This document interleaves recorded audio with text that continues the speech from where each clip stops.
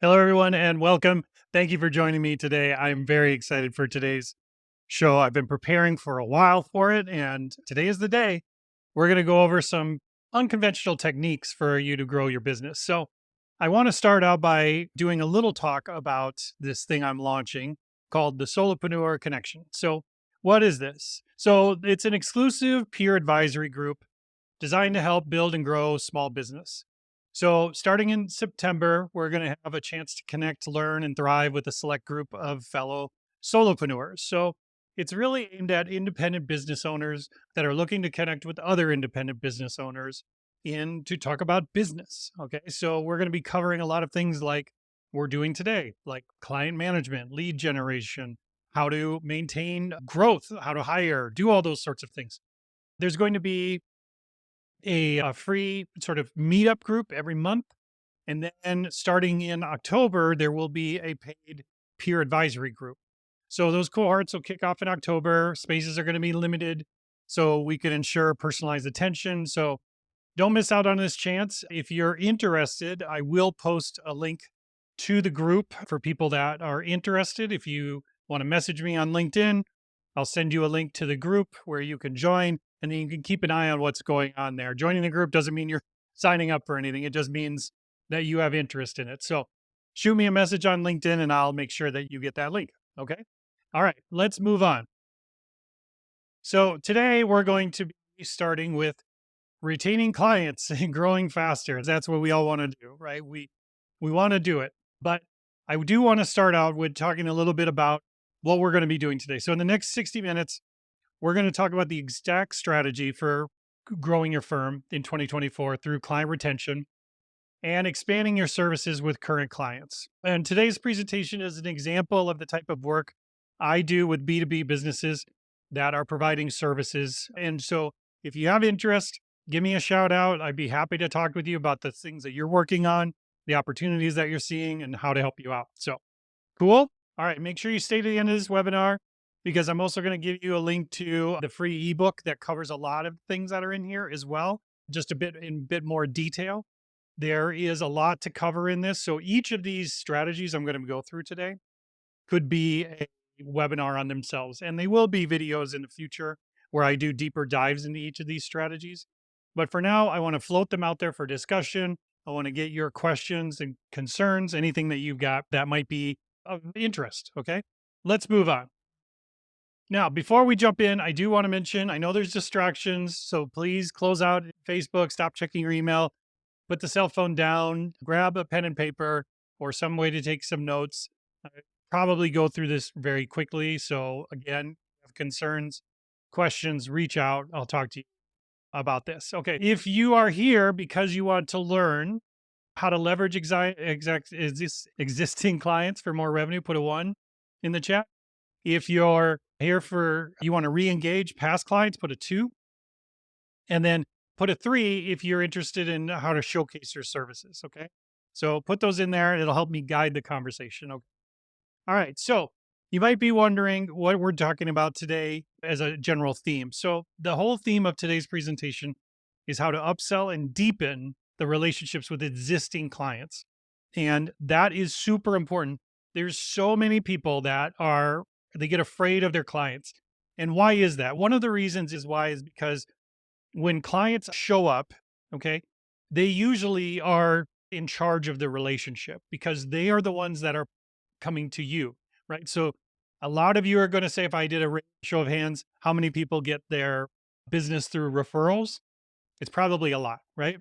In that case, in that relationship, a lot of times the person who shows up is in charge of the relationship. And so what happens is that we want to close the business. And once we close it, we don't want to mess with it. We don't want to touch it in case it might break. We treat it like it's the fragile flower. It's not. These are people. It's business. There wouldn't be business without people and humans in it. So we have to understand that we can't be nervous around this, around our clients, and we need to engage with them regularly. Okay. So, why am I qualified to talk on this topic? I've spent over 25 years building businesses and scaling service based businesses. And through interviews with other top agency owners, my own hands on experience, I've developed these strategies that have consistently delivered some amazing growth. So, Just imagine what your life could be like after you implement these strategies. Could you see your firm thriving or soaring? Could you see your team working more, improving, and more efficiently? Would that be a good thing? I'm guessing it would. Okay. So, thing we need to do first off is change our mindset about sales because we are not talking about sales today. We're not interested in sales because the minute we go hunting for sales, the minute we're going to turn people off. People are not interested in being sold. Okay. I had somebody I was talking to, he said, it's like the 60s again in terms of marketing. And it's true. People want more transparency. People expect to be able to see under the covers and inside your business more so to be able to understand if it's trustworthy or not. So what we're looking for is signals. We're not hunting for sales. We're going out and we're looking for signals from our potential clients. And so the strategies I'm going to be going through today are about how to gather those signals and how to then act on those signals. Okay. Because again, if we go out and we're like, do you need more of SEO? They're probably going to say no. Okay. Right. Now, if they show up and they're like, we need more SEO, you're going to be like, sure, what time? What time do you want me to be there? So the whole idea here is that is a sales mentality. We need to stop the sales mentality. We need to focus on a signal mentality because that's what we're looking for. All right. Strategy number one. Let's get started. Leveraging existing clients. So, a lot of people believe that the only way to grow is to acquire new clients. However, you do have to realize that acquiring clients is on average about 7 times more expensive than upselling an existing one. 7 times. I'm just going to stop there for a second. It is really expensive to get new clients. So, why are we spending all of that time and money just focused on that when we could be spending our money in a better way? So, offering additional services and addressing the latest needs of your current clients can really significantly increase your revenue. So here's something that I did. I helped recently.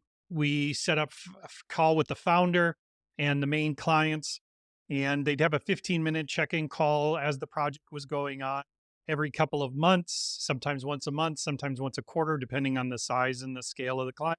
Again, that's why this could be a whole entire webinar unto itself. So what we do is we check in and what we're looking for is signals. And that's what this founder was told.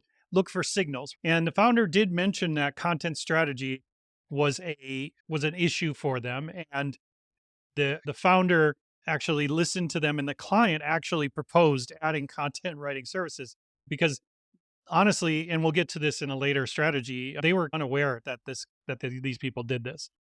Okay. So, how do we do some tactical ways to implement? And that's why I like doing these webinars because honestly, and can I go on a tangent here for a second? There's so many webinars and courses and things out there that do not give you tactical information. They just say, go out there and be authentic and meet people where they're at and then follow up. And then that's like the gist of an hour you just spent. I can't stand it. I can't stand it. I want to learn how to do some of these things. So that's why I'm going to focus more on tactical ways to implement some of these tools. So we want to use a tool to be able to have regular check-ins with our clients, just a reminders, right? And we want to tell them at the beginning of our project or engagements that this is how we work, is that somebody not attached to the project, this is key. Somebody not attached to their project, not the project manager, not the account person, not somebody who's a part of the project. And those of you who have been around a while know why I'm saying this is because the client is very concerned about saying something to distract or upset the project team while they are in flight. Clients are very nervous about that. These regular check ins would also catch early up challenges that are happening with the project, be able to course correct before they become bigger issues. These regular check ins also provide opportunities for you to talk about what their future goals are. Because again, why would the client be talking to the project manager about their future goals? Sometimes they do. Don't get me wrong. Sometimes they do. But why would they feel the urge to talk about their future goals? Because they want to keep them on task with the project. Because again, in the client's mind, is that if I distract the team, that's going to cost me more money. It's going to get me less opportunity. So we want somebody from outside the project team to be reaching out and doing these conversations. Okay. The next thing is a personalized email campaign. So I know a lot of people just have their newsletter, right? So you're a client, you get attached to the newsletter. We need specific personalized emails that are for current clients, active clients. There should be separate email chains for these groups. And again, this isn't a ton of work because they're not looking for weekly newsletters from you once they're working with you. Okay. They're going to be looking for information that helps with their business. So if we have a monthly newsletter that we can attach our current clients to that shows some information or insights or tips related to their businesses specifically or their industry specifically, you could get some additional you suggestions on how to work with them and how to do things like that. So it's really important. Okay. All right. Moving on. Gotta find my there we go. So again, like, an anecdotal example is I worked with an agency that they sent out this sort of email. This client had only previously used design services from them. And they learned through these emails that they were having some wins in SEO, and they were able to bring in and add projects to the fold and increase their either their project work or their monthly billing. So it's really cool. The other thing is re-engaging past clients. So we're going to talk about engaging those past clients. Okay. One of the common things is that past clients are closed chapter and won't come back. Okay. There's a number of reasons why this is wrong. Like you should be paying attention to what they're doing, following their businesses on LinkedIn, because maybe that person you were working with is no longer there and you need to reintroduce yourself to the company. Maybe that person got promoted because they worked with you and they got to take credit for a lot of your work and are now doing fantastic. And now maybe you need to get introduced to the next person who is doing their role. This is a common issue. If you have the right approach, you can make these dormant clients valuable again. And I'm going to go through some tactical things about this. Okay. One company that I worked with, they hadn't talked to these clients in a while, but they started sending out these personalized emails, letting them know that there was insights into the industry. Now, again, they weren't just sending case studies, people. Okay, that's not of interest to the client. But if you're a security firm and you're sending updates on what's happening in security, and it's the security newsletter for for manufacturing companies, and they get it once a month or so, right? Every 6 weeks, whatever. Okay. I know this takes work, but if you've got people on the bench, they got time to help you create this stuff. Okay. So taking the people that are experts in your firm that have done a lot of work in maybe specific industries, asking them to help create. And again, this isn't 1,000-page blog post here. We're talking about a newsletter. So it's short, quick tips and interesting things. One of the things that I would do regularly is I would create a Google News alert in that industry and as targeted as that industry as possible and just set it up to a weekly digest. And every week I would get a couple of news articles about things that were happening maybe inside of that group. And then I could repackage those things in a way to send back out to the clients. Because again, I want to be looked as an expert in their industry, not just in the type of work that we do as an agency or as a firm. Okay. Moving on. Tactical ways to implement this. Okay. Taking your existing client database, okay, and then segmenting those clients. This is the key thing. We want to segment them. And you can do this a number of ways. You can segment them by industry, by size, by types of work, all this stuff. So you segment them out. And the ones that seem to have more in them are a great place to focus your attention in those segments. And I know a lot of folks out there maybe are not as niche as they would like to be or could be. So that's fine. If you can't niche down, at least you can segment in the short term and be able to start personalizing your engagements with those folks. And then email offers that are specifically tailored to those things. And then also re-engaging with those clients with a free audit or even a small discount on services. We did a campaign a number of years ago called the We Miss You campaign, where we offered a 10% off on a certain service if they signed up within the next 3 months. We also offered a free audit and things like that. So there's a lot of ways where you can re-engage these dormant clients in a way that can provide value to your current business. Again, remember, if you're looking for revenue, if you're looking to grow, the easiest way to get money is from people who have already given it to you. Okay.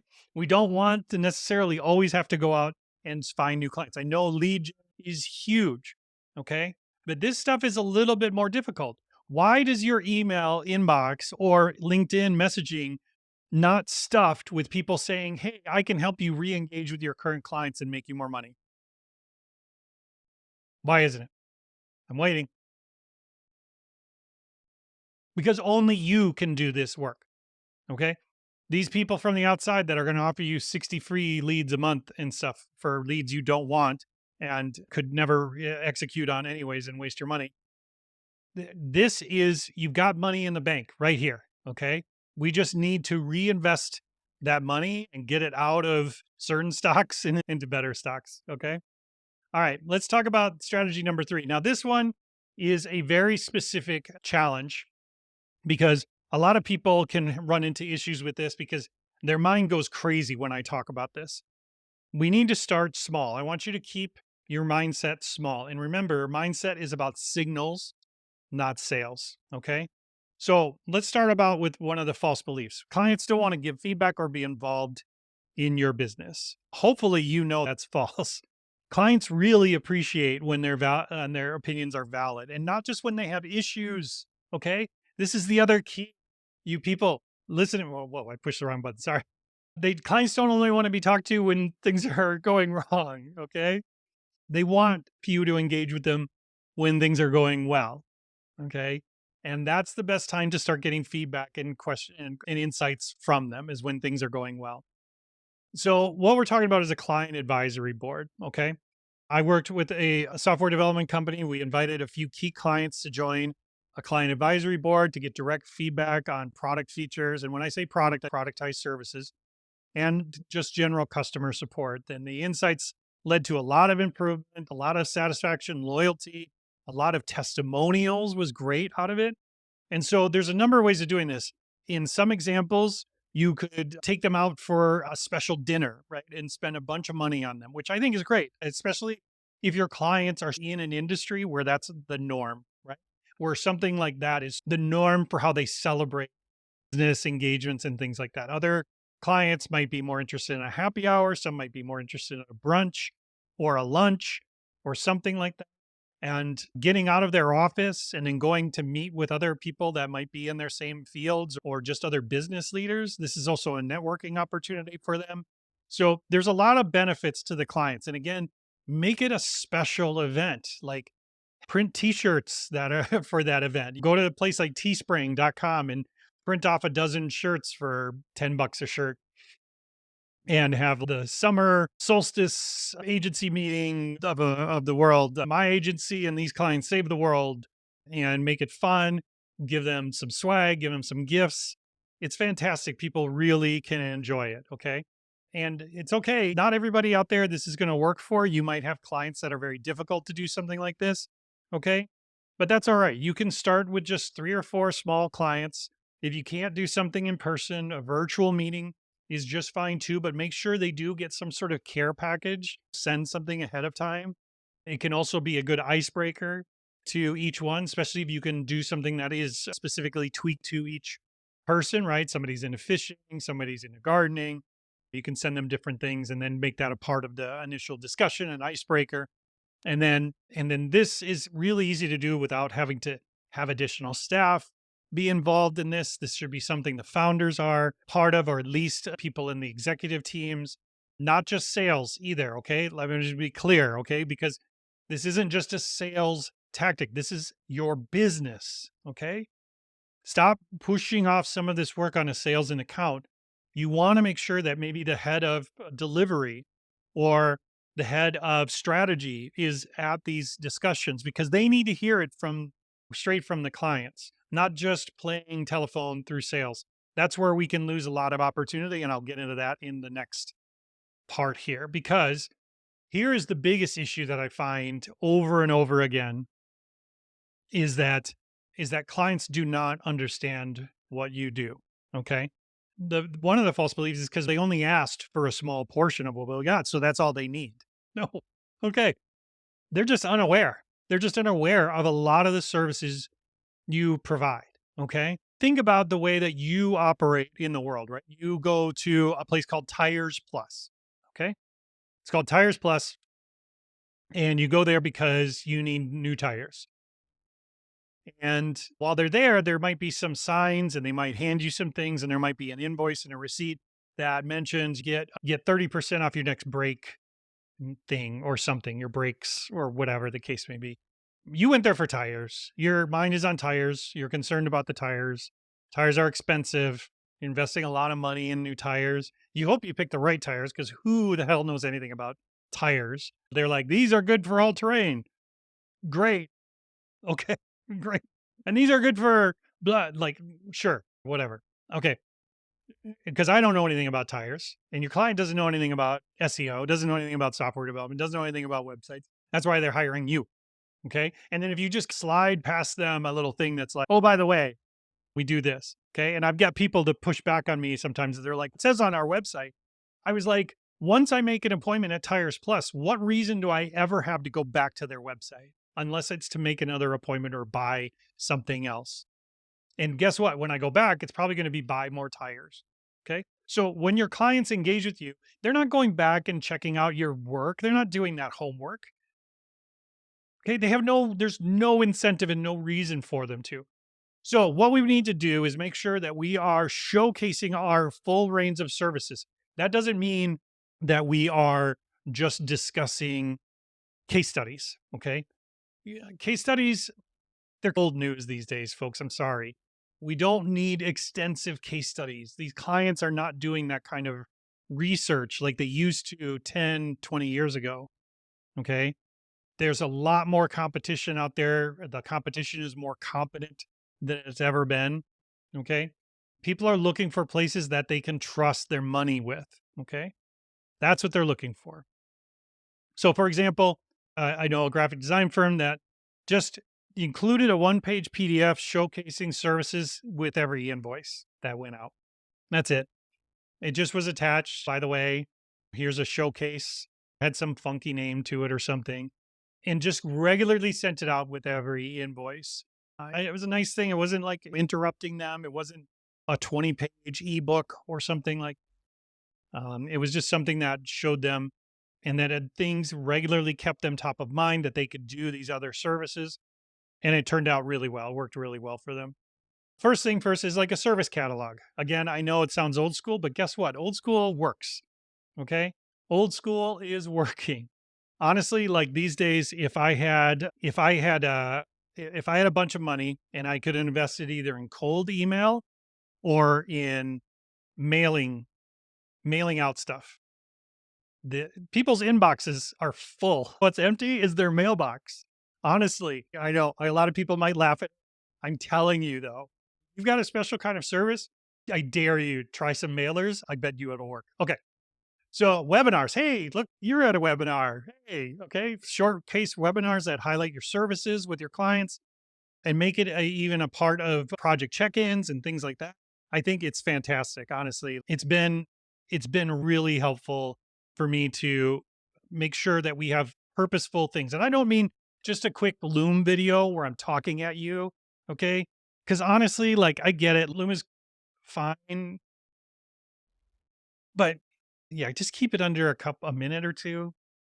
Like Loom videos can start to grind on people. Anyways, okay. So, for example, I know an accounting firm that realized that their clients didn't know that they provide succession planning services. Okay. And what they decided to do is just host a free webinar on succession planning and invited their clients to it. Now, was it attended by 100 people? No, I think 2 people or something showed up for it. But guess what? All the people that still got the mailers and the info on it, those were the people that were actually more interested and actually inquired about these things because this was stuff that they just hadn't previously done. Okay. So if you've got a service that you want to focus on with your clients, again, I'm not just talking about doing big LinkedIn, YouTube webinar type stuff. It could be just a private one that you're doing with specific clients or around specific industries, or you're just doing a recording and then you're sending it out to them to keep the content fresh. Okay. All right. Last strategy number five. So creating a culture of advocacy. Okay. This is something that a lot of people struggle with. Okay. We want to make sure I hear this all the time. And you heard me talk about it earlier. People are worried about people being distracted. Oh, like my team is, they're like cats, right? If I move a laser around, they're going to jump all over the place. That's not how people work. Okay. People need to understand what your company does. Okay. If an informed team is your best asset at identifying cross selling and upselling opportunities, let me say that again. An informed team is your best asset in identifying cross selling and upselling opportunities. Why? A well educated team can better serve clients and better identify growth opportunities than people that don't actually do the work. And again, I'm not beating up on salespeople here. I love you. You're salespeople. You're great. But you have to remember that sometimes clients are going to ask very nuanced questions. Those signals that we talked about are going to be very tiny and small that only maybe a developer or a marketing specialist might be able to actually pick up on. Okay. What are some of the examples here? I worked with a PR firm a couple of years ago that just implemented lunch and learn sessions with team members where they presented the services and each team took kind of time to present the services to the rest of the group. We used to do this thing at the Nerdery many years ago, which was hugely successful, called Bottle Cap, which happened at the end of the day every Friday. And it was like a happy hour thing where a team would show off some work that was happening or a project that was launched. And this was incredibly valuable to the growth of that company. Okay. And if for those of you who don't know, when I was there, we went from 50 to almost 600 people in about 6 years. Do you think that was just because they were so good at sales? Nope. They were good at sales, obviously. It was great. But I'm telling you, the informed team was so helpful in finding new opportunities and growing what was happening. It was just huge. Okay. So let's talk about some of those tactics. So, like I mentioned, lunch and learns. You could do your own Friday happy hour where a team has to share stuff. Even if if you're a solopreneur, or maybe it's just a couple of you, just taking time to share with each other some of the work that you've been doing and share it. Show the spreadsheet, show the doc, don't just talk about it, and finding other people that you can work with to do that. That's one reason for solopreneurs. That's one reason why I'm starting the solopreneur connections. People can find their groups to be able to do that. The other is creating a simple reward system for cross selling and upselling services. Now, there's a number of ways to do this. I've seen it done a number of ways. I've seen people do punch cards. I've seen people, if you bring in a project, do this. I know that at certain places, we just had a set amount. If you referred a client and that landed, you got a set amount of money. Other people got a certain percentage of maybe the first year's revenue. And then other places would be like other types of incentives. Okay. There's a lot of different ones to talk about. I'm not going to go into detail here. If you have questions, reach out. I'll give you some ideas. Okay. All right. So I want to recap what we talked about today. So, number one is making sure we are really focused on existing clients. Okay.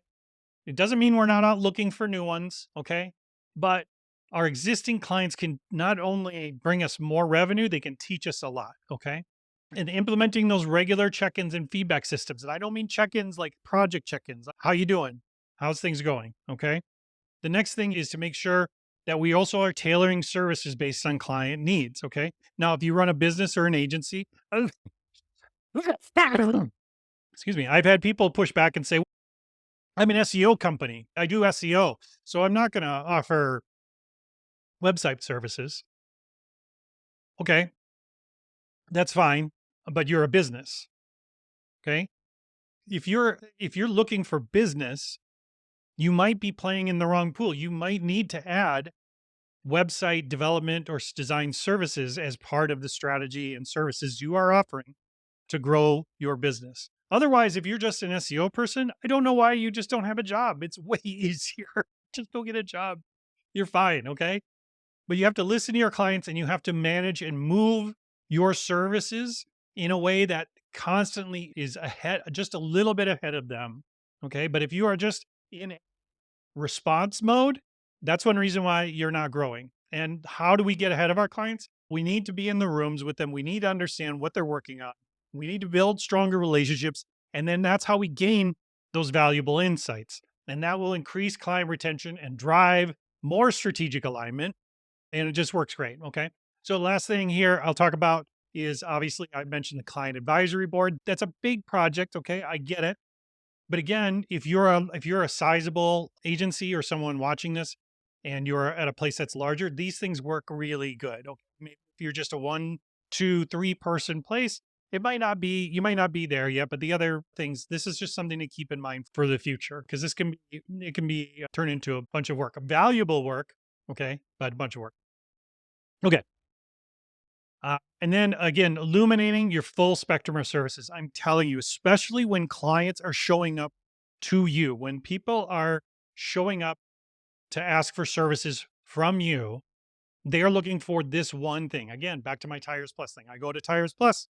I don't actually go to that. It's an example. It's a metaphor. It's an example. Antidote. Whatever. Come on.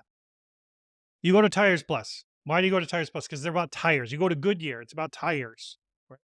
Valvoline. Do you go to Valvoline for tires? They're not known for tires, so probably not. So people will go to Tires Plus for their tires. They'll go to Valvoline for their oil change, and then they'll go to blah blah, and so on and so forth. They just spread it all out, right? When you probably just go to a dealer and just get it all done at one place. But these other places make it look really attractive. They got their doors, come in, come out. You don't have to wait very long. We're not going to sell you on a new car while you're in the service department, and it's way more comfortable. There's a whole slew of reasons why people are doing this. But again, put yourself in your client's shoes, right? They don't necessarily want to be upsold on things. Okay. That's not what they're looking for. Again, back to the mindset of we're looking for signals, not sales. Signals, not sales. Okay. So the more that we are interactive and creating this interactive relationship with our clients, the better off we are going to be. The service catalogs, things like that. These service, and again, when I say service catalogs, if you're if you have gray hair like me, you might be thinking like a Sears type thing. And you know what? Maybe you can have some fun with it and make it like a Sears catalog. I don't know. Or you could make a quick video and have some fun with it, right? Hire a videographer or somebody to come in and do a quick thing or film it yourself, whatever the case may be, and make a fun video about showcasing your services and the different types of things you create. You could even ask your clients, "Hey, would you appear in a quick video? I'm just gonna record you on Zoom saying how much you like the service or something." You'd be surprised. So many people are so scared of their clients. Just ask. What's the worst thing that's gonna happen? They're just gonna be like, "Oh, that was just inappropriate for you to ask me to join in with things on your client." You go to Target, you get an email like 30 seconds later. They're like, "What did you think? What did you think?" Okay. So where people are used to it, it's fine. Okay. Last piece, creating that culture of advocacy, making sure we've got an education program that's going on inside the place. And now again, that education program, don't get me wrong, when I say program, people go, they start thinking big, huge thing. I'm talking about that lunch and learn that's maybe once a quarter. You could do it twice a year, whatever the case may be. Or you could do it every single week, depending on how much you're going to lean into servicing and upgrading with your current clients. You're also going to encourage more cross service collaboration and continuous learning. And then you could even, one thing that has worked out well and worked out well for us at Foundry was we had an internal wiki where that we kept updating the different types of services and things that we were working on. So it was really beneficial, especially for new people onboarding. When we're bringing up new people, a lot of the history and the lore of the company was in that wiki, and they could get up to speed a lot faster and they could understand more of our suite of services even better. Okay. So I'm getting a little next webinar sneak peek. Okay. This one I'm very excited about. It's basically going to be called How to Fail at LinkedIn. Okay. And this is about common mistakes that companies are making while using LinkedIn to drive business. I'm going to go over a lot of common mistakes people make and then the ways to actually turn those mistakes into opportunities. So if you're interested in that, make sure you're following Schmidt Consulting Group on LinkedIn. join the Preneur Club, right? The solo club, as I'm going to call it too. Make sure you join that group because you'll see things for the webinars there. Subscribe on YouTube. I was gonna be streaming to YouTube today. I'm sorry, but something happened with my stream. I don't know. I'll get better at it. I'll get better at this. I promise. Okay. Um, and then lastly, if you have interest, okay, if you're interested and you want to take this further, obviously I I offer coaching opportunities, okay? If you're interested, make sure that you take a moment to check out schmidtconsulting.group and check out the services that I offer there. But if you even just have questions and things like that, like I think it would be great. Okay. So I'm just going to sit here for just 1 second and see if you have any questions, go ahead and post them in there. I also have an agency maturity scorecard that I'll be posting a link to in the chat as well. So if you're interested, it's 20 questions and it'll give you an idea of where you sit in terms of maturity as an agency or as a business that is doing B2B services. And then I will also be including a link to this book, which is a ebook that covers a lot of the things that I talked about in here, just a little bit level deeper.